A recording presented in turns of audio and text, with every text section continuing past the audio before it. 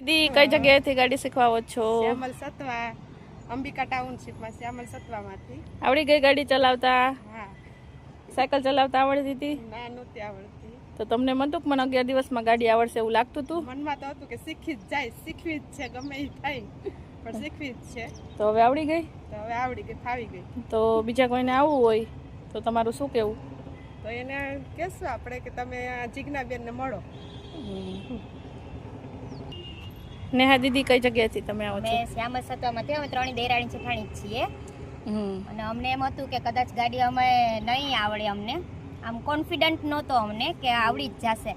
ને અમારી હાઈટ પણ નથી, પણ છતાં પણ અમે શરૂઆતમાં તો પ્લેઝર ચલાવીને જોયું, અને પણ પછી એક્ટિવા પણ અમે ચલાવી લીધી અને પગ પણ નીચે પૂગી ગયા અને થોડું કોન્ફિડન્ટ પણ આવી ગયો. એટલે હવે વાંધો નથી આવતો અમને, સારું છે. શું છે નામ તમારું?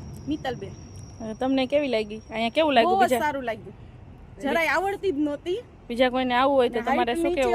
પગ નહોતા પૂગતા, એટલે મોટી બીક હતી કે આવડશે કે નહીં આવડે. પગ નહોતા પૂગતા ને એટલે પણ નહીં આવડી ગઈ. પગ લ્યો, ઊંચા લ્યો, એકદમ આવડી કરતા હોય એટલે સારું છે. કોઈને શીખવી હોય તો જીજ્ઞાબેન પાસે આવે, બહુ સરસ શીખવાડે. Thank you.